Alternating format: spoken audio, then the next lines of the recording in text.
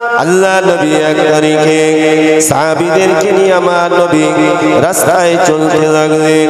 ওই রাস্তার ধারে আমার নবী পাকের একজন সাহাবী যার নাম হলো হযরতে সালমান রাদিয়াল্লাহু তাআলা আনহু। হযরতে সালমান রাদিয়াল্লাহু তাআলা আনহু হুজুর আমার ঘরেতে বাড়িতে একটা ওয়াজের মাহফিল দিয়েছেন। নসিহত কে করছেন? হযরতে সালমান তিনি নিজেই নসিহত করছেন। কোরআনের কথা, কোরআনের বাণী তিনি তেলাওয়াত করছেন। ইসলামের কথা বলছেন, শরিয়তের কথা বলছেন। আর আমার নবী পাকের সাহাবীরা, বিশিষ্ট সাহাবীরা বসে বসে হযরতে সালমান হুজুরের জবান মোবারক দিয়ে আল্লাহ পাকের ইসলামের বাণী শুনতে থাকে। ইসলামের বাণী শুনছে, কোরআনের বাণী শুনছে। এমন সময় হযরত সালমানের ঘরের পাশ দিয়ে কে যাচ্ছেন? স্বয়ং রাসূলুল্লাহ সাল্লাল্লাহু আলাইহি সাল্লাম যাচ্ছেন। জোরে বলুন, একটু জোরে বলবেন না? আমার নবী কেমন নবী ছিলেন? আল্লাহ পাক আমার আপনার নবীকে নূর নবী করেছিলেন। আল্লাহ পাক আমার আপনার নবীকে আল্লাহ পাক রব্বুল আলামিন এত সুন্দর নবী করেছিলেন। আল্লাহ পাক নবীকে সমস্ত নবীদের নবী করে পাঠিয়েছিলেন। খাতামান নবীয়্যিন, শেষ নবী, আখিরি নবী করে পাঠিয়েছেন। আল্লাহ পাক আমার আপনার নবীর চেহারাটা পূর্ণিমার চন্দ্রের থেকে শত শত গুণ উজ্জ্বল বানিয়েছিলেন। কেননা পূর্ণিমার চন্দ্রটাই সৃষ্টি হতো না যদি কিনা আমার আল্লাহ আমাদের প্রিয় নবীকে, আখিরি নবীকে আল্লাহ পাক যদি না বানাতেন, সর্বপ্রথম যদি আমার নবীর নূরকে আল্লাহ সৃষ্টি না করতেন। ও মুসলমান ঘরের ছেলেরা, নওজওয়ানেরা, আজকে আমরা যে দুনিয়ায় আমোদ ফুর্তির মধ্যে মেতে আছি, এই দুনিয়ার জমিনে আমরাও আসতে পারতাম না, আমরাও সৃষ্টি হতাম না। কেননা আল্লাহ পাক রব্বুল আলামিন আমার আপনার নবীর নূরের ওসিলায় সমস্ত কিছু আল্লাহ সৃষ্টি করেছেন। জোরে বলুন। আমার নবীর চেহারাটা এত সুন্দর, আমার নবীর চেহারা সুন্দর, নবী পাকের আখলাক চরিত্র অতি উত্তম। লাকাদ কানা লাকুম ফি রাসূলিল্লাহি উসওয়াতুন হাসানা।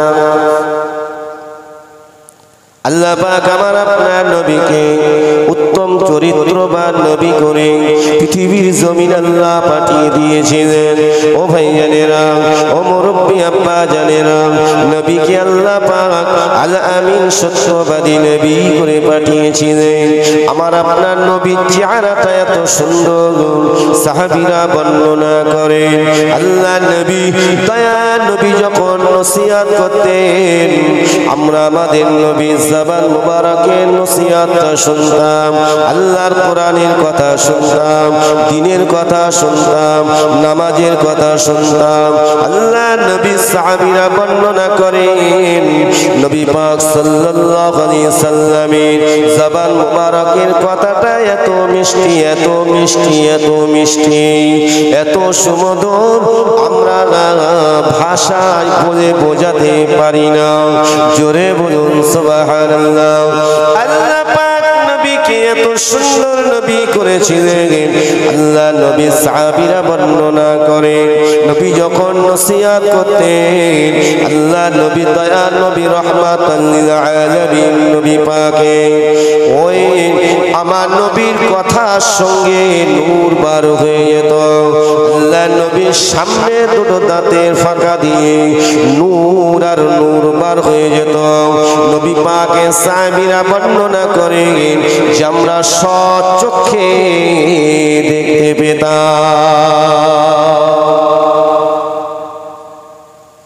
কি সুন্দর নবী আল্লাহ আমাদের কাছে পাঠিয়েছেন, ঠিক কিনা?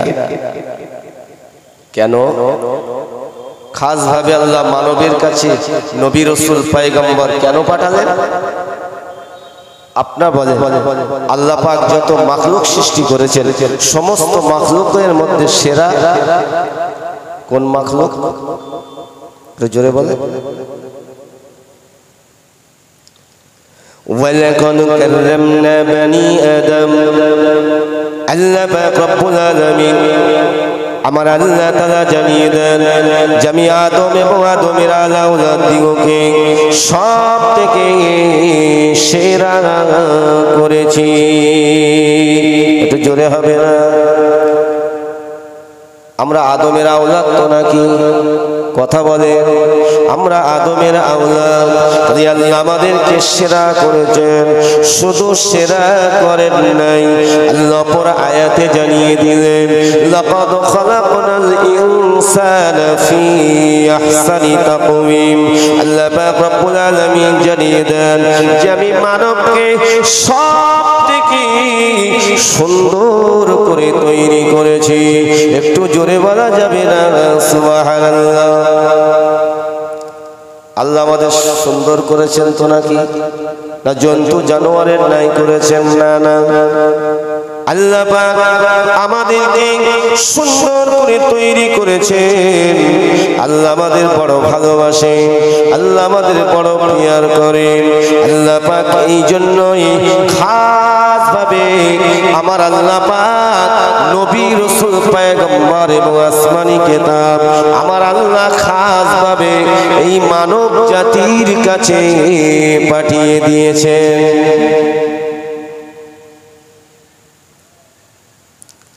প্রিয় মুসলমান শুনে রেখে দেন, আল্লাহ পাক রব্বুল আলামিন আমাদেরকে কতটা প্যার করেন, কতটা ভালোবাসেন। আমাদের পরিচয়টা কি?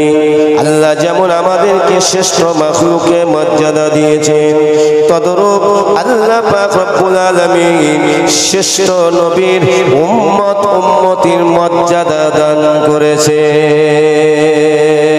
ও মুসলমান ঘরের ছেলেরা, আমার নওজোয়ান তরুণেরা, মুরব্বী আব্বা জানেরা, পর্দার সিনা মায়েরা বোনেরা, কানটা খাড়া করে শোনো, বোঝার চেষ্টা করবেন।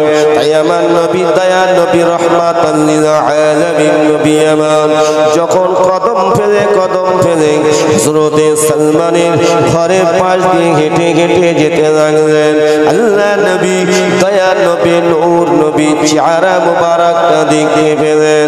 হযরতে সালমান তিনি যে ঈমান আনলেন আল্লাহর উপরে, তিনি যে আমার এক আল্লাহকে চিনলেন। চিনিয়েছেন কে? জোরে বলেন। চিনিয়েছেন আমাদের নবী। জোরে বলুন, আরো জোরে বলুন সুবহানাল্লাহ।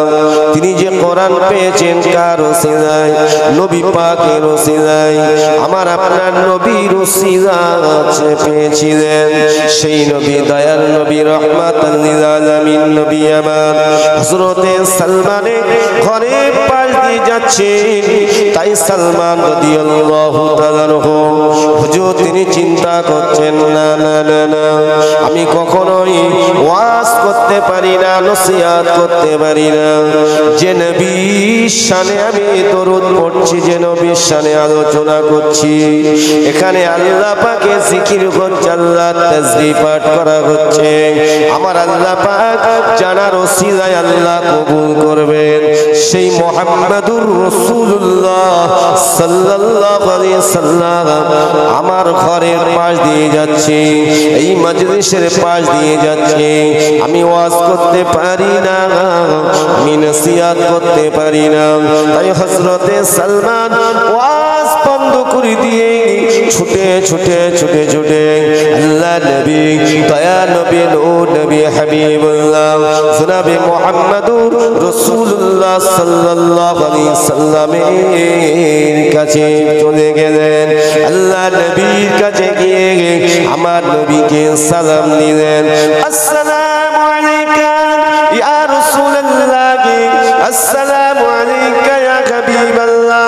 আল্লাহ আল্লাহ নবী বলেছিলেন বাবা সালমান কি ব্যাপার তুমি হাঁপিয়ে পড়েছো কি ব্যাপার কি সমস্যায় পড়েছো না ইয়া রাসূলুল্লাহ আমি কোনো সমস্যায় পড়ি না হুজুর আমি আপনাকে দেখতে পেয়ে থাকতে পারি না হুজুর আমি আপনাকে দেখতে পেয়ে ছুটে চলে এসেছি হুজুর আপনি কি আমার বাড়িতে আমার ঘরেতে একটু যাবেন আল্লাহ নবী বলেছিলেন বাবা সালমান কেন কি হয়েছে বাবা কিসের কারণে যাব বাবা হযরত সালমান বলেছিলেন ইয়া রাসূলুল্লাহ ইয়া হাবিবাল্লাহ হুজুর বিয়াদবি মাফ করুন হুজুর আমি আমার বাড়িতে একটা খাস মিলাদ একটা ওয়াজ মাহফিলের আয়োজন করেছি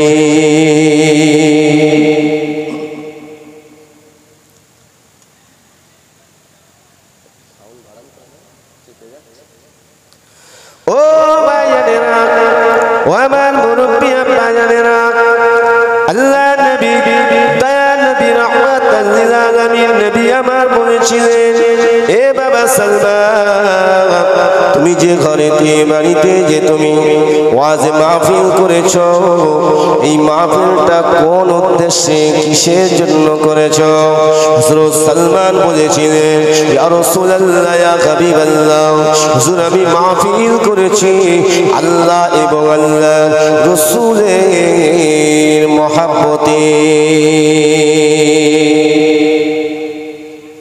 হুজুর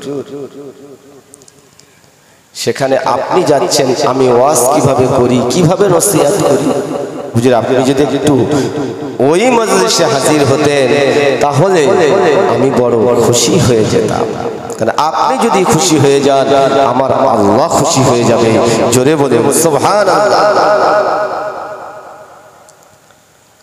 ও ভাইয়েরা আমার আপনার নবী দিন দুনিয়ার বাদশাহ হাবিবুল্লাহ জমি জনাবে মুহাম্মদুর রাসূলুল্লাহ সাল্লাল্লাহু আলাইহি সাল্লাম ওই সময় আমার নবী দয়া নবী আমার হযরত সালমানের মুখের দিকে ফিরে ফিরে তাকান আর একবার উপরের দিকে ফিরে ফিরে তাকান আল্লাহ নবী দয়া নবী আমার হযরত সালমানের মুখের দিকে যখন তাকান মুস্কে মুস্কে আমার নবী হাসতে থাকেন আল্লাহ নবী দয়া নবী আমার যখন মুস্কে মুস্কে হাসতে থাকেন আর উপরের দিকে তাকান সালমানের মুখের দিকে তাকান আল্লাহ নবী সাহাবী সালমানের মনটা খারাপ হয়ে গেল হযরত সালমানের মনটা খারাপ হয়ে গেল চোখ দিয়ে পানি ঝরতে থাকে আল্লাহ নবী বলেছিলেন বাবা সালমান কি ব্যাপার তুমি কেন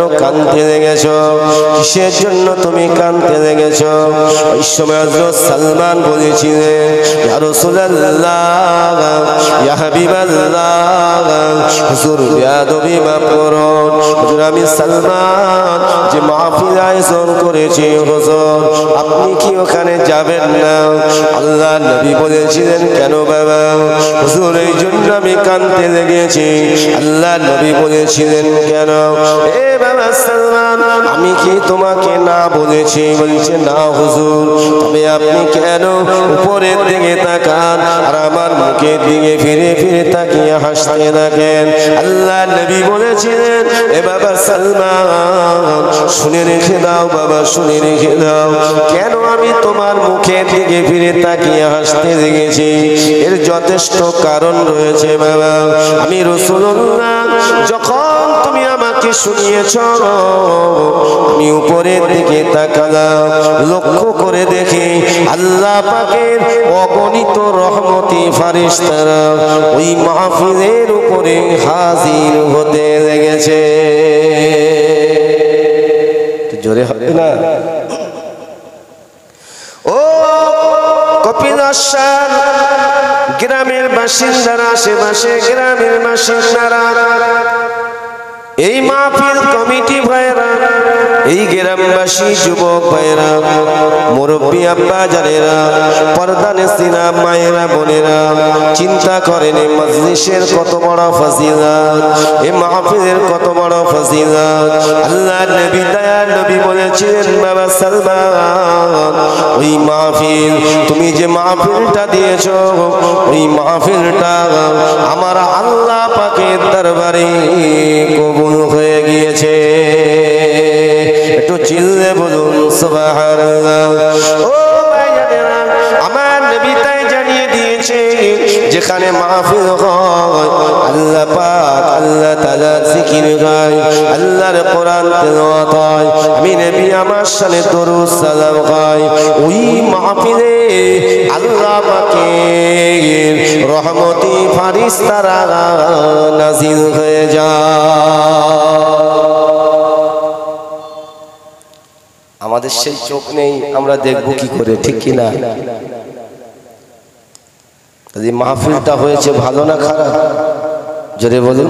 হয়তো আপনারা নবীর মহব্বতে আপনাদের অর্থ সম্পদ থেকে কিছু হয়তো দিয়েছে, ঠিক না ভুল? এই দেওয়াটা আল্লাহ চাইলে আপনার এই অর্থটা আল্লাহ যদি কবুল করে নেন, আমার নবীর মহব্বতে, নবীর ওসিলায় আল্লাহ পাক নাজাতের ওসিলা বানিয়ে দেবেন। আর একটু জোরে হবে না, অজুহাত দেখাবেন না। মুসলমান ঘরে ছেলেরা, নওজোয়ানেরা, ও ভাইয়েরা, আমার নবী বলেছে, আজকে আমি কেনই নসিহত করছি, নসিহত করতে বাধ্য হলাম। মাহফিল হচ্ছে আর সামনে বাজার হচ্ছে, ঠিক কিনা? একেবারে মাহফিলের সামনে বাজার। এই জন্য আমি আজকে কথাটা বলছি। আল্লাহ রাসূল সাল্লাল্লাহু আলাইহি সাল্লাম জানিয়ে দিয়েছেন, যারা আমার প্রকৃত খাঁটি উম্মত হবে, যারা আমার প্রকৃত খাঁটি উম্মতি হবে, তারা কখনো মাহফিলের উপরে বিয়াদবি করতে পারবে না। তাদের কানে যখন কোরআনের বাণীটা ভেসে যাবে, তাদের কানে যখন আমি রাসূলুল্লাহর কথা ভেসে যাবে, আল্লাহ জিকিরটা যখন ভেসে যাবে, সুস্থ শরীরে কখনোই তারা ওই জায়গায় থাকতে পারবে না। আল্লাহ রাসূল বলেন, আল্লাহর রাসূল বলেন, আল্লাহর হাবিব বলেন, তারা অবশ্যই ওই ঈমানওয়ালা উম্মতিটা দুনিয়ার সব কাজ বাদ দিয়ে ওই জান্নাতি বাগানের মধ্যে, কোরআনের মজলিসে, জিকিরের মজলিসে হাজির হয়ে যাবে। আল্লাহ পাক কোরআন পাকের মধ্যে জানিয়ে দিয়েছে, ইয়া আইয়ুহাল্লাযীনা আমানু, যারা আমার উপর ঈমান এনেছো, আল্লাহ পাক জানিয়ে দেন, যারা আমাকে বিশ্বাস করে নিয়েছো, উযকুরুল্লাহ, তোমরা আমার জিকির করো, উযকুরুল্লাহ, তোমরা আমার জিকির করো। আল্লাহর কোরআন বলছি, গল্প কথা বলতে আসি নাই। আল্লাহ পাক ক্ষুদ্র জ্ঞানে যতটুকু বলাবেন আমি আপনাদের সম্মুখে ততটাই বলবো। দুজন শুনুক আর পাঁচজন শুনুক, 10 জন শুনুক, কারণ আমার আল্লাহ তিনি জানেন এই মজলিসে কতজন এই মাহফিলে হাজির হবে, কতক্ষণ তারা থাকবে, কতক্ষণ তারা বসে থাকবে, তারা শেষ দোয়া করে দোয়া করবে না তারা ঘরে ফিরে চলে যাবে, সব খবর বুঝা যাবেন আমার আল্লাহ পাক তিনি ভালো জানেন, ঠিক কিনা বলেন? ও ভাইজানেরা, ও আমার মুরব্বি আব্বা জানেরা, আল্লাহ পাক রব্বুল আলামিন জানিয়ে দেন, উযকুরুল্লাহ, উযকুরুল্লাহ, তোমরা আমার জিকির করো, জিকরান কাসীরা, বেশি বেশি করে আমার জিকির করো। কতবার সুবহানাল্লাহ বলেছেন মনে আছে? কতবার দরুদ পড়েছেন মনে আছে? কতবার আল্লাহর তাসবিহ পাঠ করেছেন কি আপনাদের মনে আছে? মনে নাই? সব লিপিবদ্ধ হচ্ছে, আর আল্লাহ পাক আপনার প্রতি খুশি হয়ে রহমত নাজিল করতে লেগেছে। শুধু তাই নয়, আপনার উপরে নয়, ও ভাইয়েরা, যদি আপনি আব্বাকে হারিয়ে থাকেন, গর্ভধারিণী জনম দুঃখিনী মাকে হারিয়ে যদি এই জান্নাতি বাগানের মধ্যে যদি বসে থাকেন, কলিজার টুকরা সন্তানকে হারিয়ে যদি জান্নাতি বাগানে বসে থাকেন, ভাই বোনকে হারিয়ে যদি জান্নাতি বাগানে বসে থাকেন, যদি প্রতিবেশী মহাব্বতী মানুষটাকে হারিয়ে পূর্বপুরুষদের হারিয়ে এই জান্নাতি বাগানে আমরা বসে আছি, বাবা শুনে রেখে দিন, জেনে রেখে দিন, এই মাহফিল আল্লাহ পাক যদি কবুল করে নেন, আপনার এই গ্রামে যত কবরস্থান আছে, আপনার এই গ্রামে আশেপাশে গ্রামে যত কবরস্থান আছে, এই মাহফিল যতক্ষণ চলবে বাবা শুনে রেখে দেন, যদি সরিষা পরিমাণে মান নিয়ে যদি কবরে যায়, জাররা জাররা পরিমাণ যদি মান নিয়ে যদি কবরে যায়, দুনিয়ায় চলার পথে সংসার জীবনে এই দুনিয়ার মুখে পড়ে, দুনিয়ার লোভ লালসায় পড়ে যদি কিনা কোনো গুনাহ করে ফেলে, ওই গুনার কারণে যদি কবরে আযাব হয়, আল্লাহ পাক চাইলে এই মাহফিলের ওসিলায় আপনাদের বসাও এবং আপনারা যে আল্লাহ জিকির করছেন, এই জিকিরের ওসিলায় আমার আল্লাহ পাক চাইলে পিতা মাতা দাদু দাদি নানা নানি কবরবাসীদের কবরের আযাব আমার আল্লাহ মাফ করে দেবে। আরেকটু জোরে হবে না? কত সুন্দর মজলিস। আমার কথা, আমার আলোচনা বুঝতে অসুবিধা হচ্ছে না তো? বলবেন আল্লাহকে ভয় করি, আল্লাহ ছাড়া কোনো গতি নাই।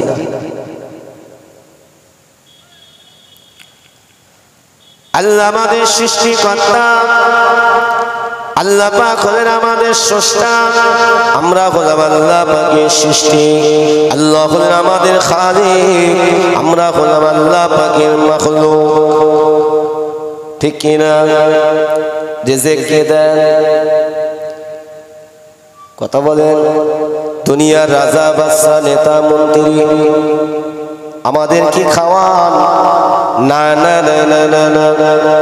ও ভাইজানেরা, পৃথিবীর জমিনে একটি ক্ষুদ্র প্রাণী, একটি ক্ষুদ্র মাখলুক, যে পিপিলিকা, যে পিপিলিকা তারও জীবন আছে। ঠিক কিনা বলেন?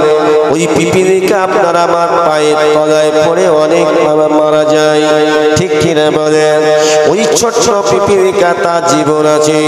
আল্লাহ পাক রব্বুল আলামিন বলেন, আমি যা জীবন দিয়েছি তার খাদ্যের ব্যবস্থাটাও করে দিয়েছি। মুসলমানের ছেলেরা, এ যুবকেরা বোঝার চেষ্টা করবেন। হই হই করে শুধু আনন্দ করলে হবে না। আমার আল্লাহ পাক রব্বুল আলামিন বলেন, ওই ছোট্ট পিপিলিকার খাদ্য খানা শুধু আমি খাইয়ে থাকি না। আমার আল্লাহ বলেন, ওই পিপিলিকা যে সে হেঁটে হেঁটে বেড়ায়, ওর পায়ের দাপটের আওয়াজটা আমি শুনতে পাই। আল্লাহকে লোকাবেন? অত সহজ?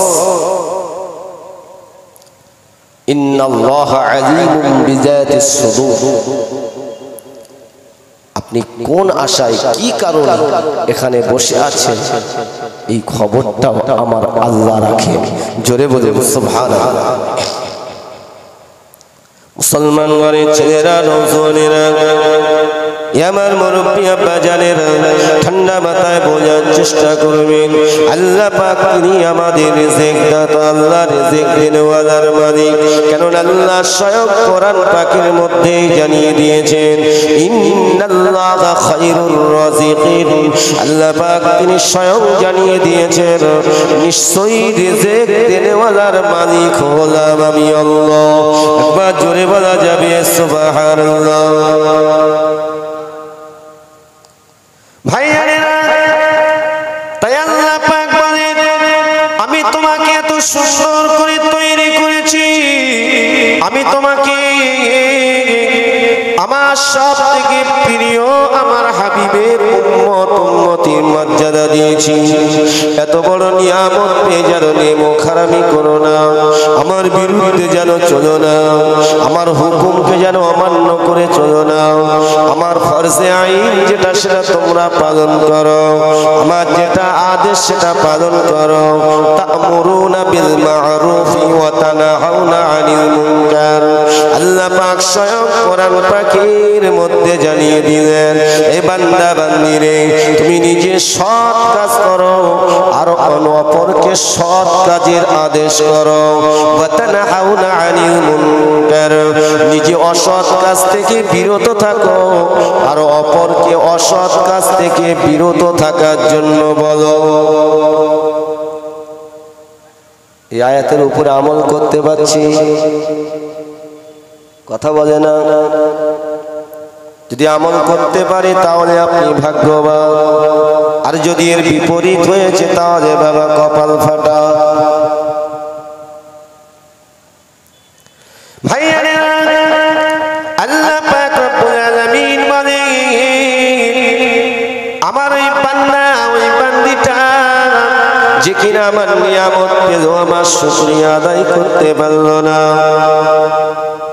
যে আমি যাকে খাদ্য দেই, আমি যাকে বাঁচিয়ে রেখেছি, আমি যার জবানে কথা বলার শক্তি দিয়েছি, আমি যার চলাফেরা করার শক্তি দান করেছি, আমি যার বুদ্ধি জ্ঞান বুদ্ধি দান করেছি, আমি যার শরীরে শক্তি দান করেছি, অথচ এই নিয়ামতগুলো পেয়ে আমার শুকরিয়া আদায় করল না। আল্লাহর নিয়ামত আপনি গুনে গুনে কখনোই শেষ করতে পারবেন না, কারণ আল্লাহ পাক কোরআন পাকের মধ্যে জানিয়ে দিয়েছেন, ওয়ালা তাউদ্দু নি'মাতাল্লাহি লা তুহসুহা। আল্লাহ পাক রব্বুল আলামিন বলেন, বান্দা বান্দিরে, তোরা আমার নিয়ামত গুনে গুনে কখনো শেষ করতে পারবি না। তবে আল্লাহ পাক জানিয়ে দিলেন, তোরা আমার নিয়ামতগুলো দেখবি, আমি আল্লাহ আমার শুকরিয়া আদায় করবি। তোরা আমার নিয়ামত খাবি, আমি আল্লাহ আমার শুকরিয়া আদায় করবি। আল্লাহ পাক বলেন, বান্দা যখন নিয়ামত খেয়ে আমার শুকরিয়া আদায় করে, আমার নিয়ামত যখন দেখে আমার শুকরিয়া আদায় করে, আমার আল্লাহ পাক রব্বুল আলামিন জানিয়ে দেয়, ওই বান্দা ওই বান্দির উপরে আমার খাস রহমত ঝরে ঝরে পড়ে।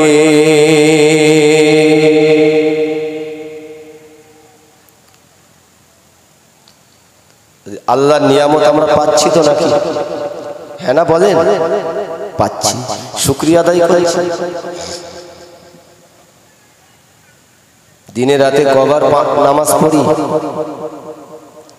6 বার। কত? 7 ওয়াক্ত? নাউজুবিল্লাহ, না, 5 ওয়াক্ত। তো দিনে রাতে 5 ওয়াক্ত নামাজ আমি আপনি আদায় করি তো? মুসলমান ঘরের ছেলেরা, আমার যুবকেরা, আমার মুরব্বী আব্বা জানেরা, একটুখানি লক্ষ্য করুন প্যালেস্তাইনের দিকে। কি অবস্থা তাদের হচ্ছে বাবা, কি অবস্থা তাদের, ঘর নাই, তাদের ব্যবসা বাণিজ্য কিছুই নাই, দুটো খাবে খাবারের ব্যবস্থা নাই। কি করুন অবস্থা বাবা, অসহায় নিরীহ নারী পুরুষ, শুধু তাই নয়, ছোট ছোট শিশু মাসুম বাচ্চাগুলো সোনার মতো দেখতে বাবা। ও ভাইয়ানেরা, কত সুন্দর তাদের দিকে, কি একটু ওদের দয়া হয় না, মায়া হয় না? তথাপিও দেখতে পাওয়া যায় কি করুন অবস্থা, রক্তমাখা চেহারা নিয়ে ছোট ছোট শিশু বাচ্চাগুলো দুনিয়ার মুক্তি বিদা হয়ে যায়।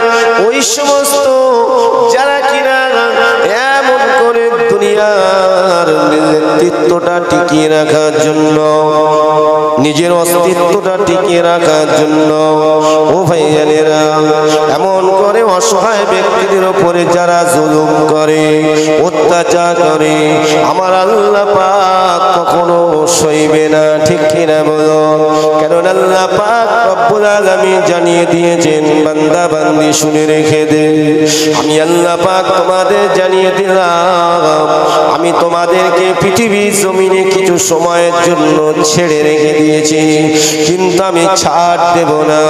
যেদিন তোমরা সীমা লঙ্ঘন করবে, যেদিন তোমরা বেশি বাড়াবাড়ি করে ফেলবে এবং তোমাদের সময় যখন সংকীর্ণ হয়ে যাবে, আমি আল্লাহ এমন টান দেব, পৃথিবীর কোন শক্তি তোমাদের বাঁচাতে পারবে না।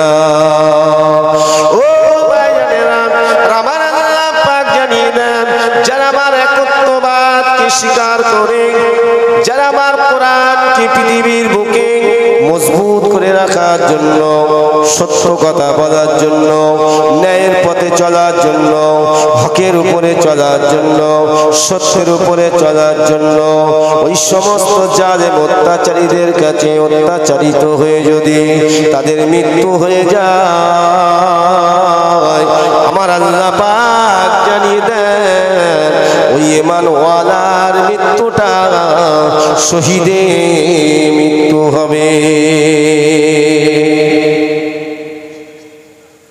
আজকে আমাদের উপরে কোনো জুলুম নাই, কোনো কষ্ট নাই, ওয়াক্ত কি ওয়াক্ত নামাজ ছেড়ে দিচ্ছি বাবা, কিন্তু দেখতে বাজ আমি সবাইকে বলছি না, কিন্তু শুনে রাখি অধিকাংশ যুবকরাই নামাজ পড়ে না, ঠিক না বল? ইহুদি নাসারা যারা হলো ইসলামের চরম দুশমন, কোরআনের দুশমন, আপনারা আমার নবীর দুশমন, যাদের সম্পর্কে এমন করে যাদের সম্পর্কে আল্লাহ পাক কোরআন পাকের মধ্যে জানিয়ে দিয়েছেন, ইয়া আইয়ুহাল্লাযীনা আমানু লা তাত্তাখিযুল ইয়াহুদা ওয়ান নাসারা। আল্লাহ পাক রব্বুল আলামিন জানিয়ে দিয়েছে, হে বিশ্বাসী ইমানদার বান্দা বান্দীগণ, লা তাত্তাখিযুল ইয়াহুদা ওয়ান নাসারা, খবরদার খবরদার তোমরা যেন ইহুদি আর নাসারাদের অনুকরণ করে চলবে না। আমি বলছি না, কে বলছেন? আল্লাহ। কোথায় পাবেন? আল্লাহর কোরআনে। জোরে বলে সুবহানাল্লাহ। মানতে পাচ্ছি, এই আয়াতের উপরে চলতে পাচ্ছি। আপনার আমার শরীরের ভিতরে, আপনার আমার পোশাকের ভিতরে, আপনার আমার চেহারার ভিতরে কাদের কালচার একটু লক্ষ্য করুন। কিন্তু আমার নবী বলেছেন, আল্লাহ রাসূল সাল্লাল্লাহু আলাইহি ওয়াসাল্লাম জানিয়েছেন, মান আহাব্বা সুন্নতি ফাকাদ আহাব্বানি ওয়া মান আহাব্বানি কানা মাই ফিল জান্নাহ। আল্লাহ নবী দয়াল নবী বলেন, আমার একটি ঈমানওয়ালা, আল্লাহর একজন ঈমানওয়ালা বান্দা, একজন আমার উম্মতি যদি পৃথিবীর জমিনে আমার একটা সুন্নাতকে যদি জিন্দা রাখে, একটা সুন্নাতের উপরে যদি চলে, ওই সুন্নাতটা যদি জিন্দা রেখে চলে যায়, আল্লাহ নবী দয়া নবী তো জানে, বাদশা নবী বলেন, কানা মাই ফিল জান্নাহ, আল্লাহ পাক তাকে জান্নাত দান করে দেবে। একটু জোরে হবে না? ও মুসলমান ঘরের যুবকেরা, আমার নবী তো স্বয়ং তিনি জানিয়ে দিয়ে গেছে যে যুবকরাই হলো ইসলামের মুজাহিদ। বর্তমান সময়ে যুবকরা কোন রাস্তায়? মসজিদের দিকে বেশি এগিয়ে না বাবা হাটে বাজারের দিকে বেশি এগিয়ে? ও ভাই জানেরা, হালালের দিকে গিয়ে না হারামের দিকে গিয়ে? একটু বোঝার চেষ্টা করবেন, দুঃখ নেবেন না, দুঃখ পাওয়ার কোনো কথা নয়। কেননা আমার আল্লাহ পাককে যখন আপনি এক আল্লাহ বলে স্বীকার করেছেন, নবীকে নবী বলে যখন মুহাম্মদুর রাসূলুল্লাহ সাল্লাল্লাহু আলাইহি সাল্লামকে নবী বলে যখন আপনি মেনেছেন, আল্লাহর আসমানি কিতাব কোরআনকে যখন আপনি গ্রহণ করেছেন, তাহলে অবশ্যই আপনাকে ইসলামের নিয়ম নীতি মানতে হবে। যদি আপনি না মেনেছেন, আল্লাহ পাকের দরবারে হিসাব দেওয়ার জন্য তৈরি থাকতে হবে। আমার আল্লাহ পাক ছাড়বেন না, কারণ আল্লাহ পাক আপনাকে আমাকে দুনিয়া জমিনে অকারণে পাঠিয়ে দেয় না। আমার আল্লাহ পাক রব্বুল আলামিন তিনি অপর আয়াতে জানিয়ে দিয়েছেন, ওয়াকাদা রাব্বুকা আল্লা তা'বুদু ইল্লা ইয়্যাহু। আল্লাহ পাক রব্বুল আলামিন বলেন যে আমি আল্লাহ ব্যতীত তুমি কারোর ইবাদত করো না। একটু জোরে হবে। নবীর সুন্নাতের উপর আমরা চলছি। আপনি দেখাতে পারবেন না পৃথিবীর জমিনে বড় বড় মনীষীরা, বড় বড় বৈজ্ঞানিকেরা, বড় বড় পণ্ডিতেরা তারা গবেষণা করেছে পৃথিবীর শুরু থেকে নিয়ে আজ পর্যন্ত। যত বড় বড় মনীষী এসেছে, যত বড় বড় পণ্ডিত এসেছেন, যত বড় বড় বৈজ্ঞানিক এসেছে, আল্লাহ আল্লাহ আমার আল্লাহ পাক রব্বুল আলামিন জানাকে আখিরি পয়গম্বর করে পাঠিয়েছে। আমার আল্লাহ জানাকে শেষ নবী করে পাঠিয়েছে। সকলেই স্বীকার করে নিয়েছে পৃথিবীর বুকে যদি শ্রেষ্ঠ কোনো মহামানব থাকে, শ্রেষ্ঠ যদি কোনো পণ্ডিত থাকে, যার ভিতরে কোনো রকম খারাপ নাই, যার ভিতরে কোনো রকম বিন্দু মাত্র ভুল নাই, তিনি অন্য কেহ না, তিনি হলেন প্রফেট মুহাম্মদুর রাসূলুল্লাহ সাল্লাল্লাহু আলাইহি সাল্লাম। জোরে বলুন আল্লাহ পাক আমার আপনার নবীকে আল আমিন সত্যবাদী নবী করেছেন। আল্লাহ পাক রব্বুল আলামিন আমার নবীকে যেটা আল্লাহ জানিয়ে দিতেন, আমার নবীকে যেটা আল্লাহ বলাতেন, আল্লাহ পাক ওহী দ্বারাই যেটা শুনিয়ে দিতেন, জগতের বুকে নবী সেটাই বলতেন। ওয়া মা ইয়ানতিকু আনিল হাওয়া ইন হুয়া ইল্লা ওয়াহয়ুন ইউহা। আল্লাহ পাক রব্বুল আলামিন বলেন যে আমি আমার নবীকে যেটা ওহী দ্বারাই জানিয়ে থাকি, আমার নবী সেটাই বলেন। আমার নবী নিজে থেকে কোনো কথা বলেন না।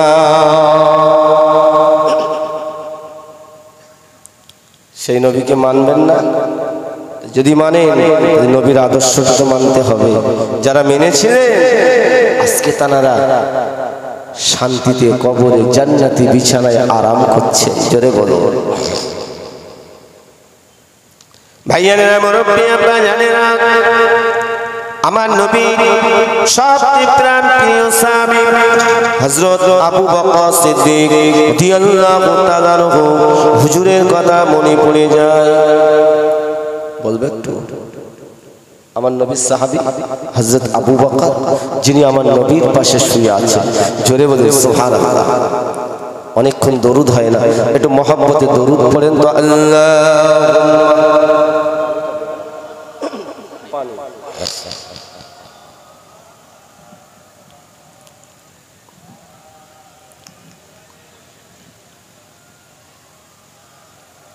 একটু কালিমা জিকির করেন, লা ইলাহা ইল্লাল্লাহ,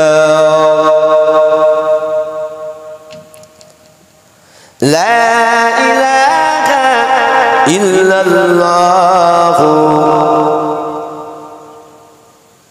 সুবহানাল্লাহ, পড়েন সুবহানাল্লাহ, আলহামদুলিল্লাহ, সুবহানাল্লাহ, আলহামদুলিল্লাহ, লা ইলাহা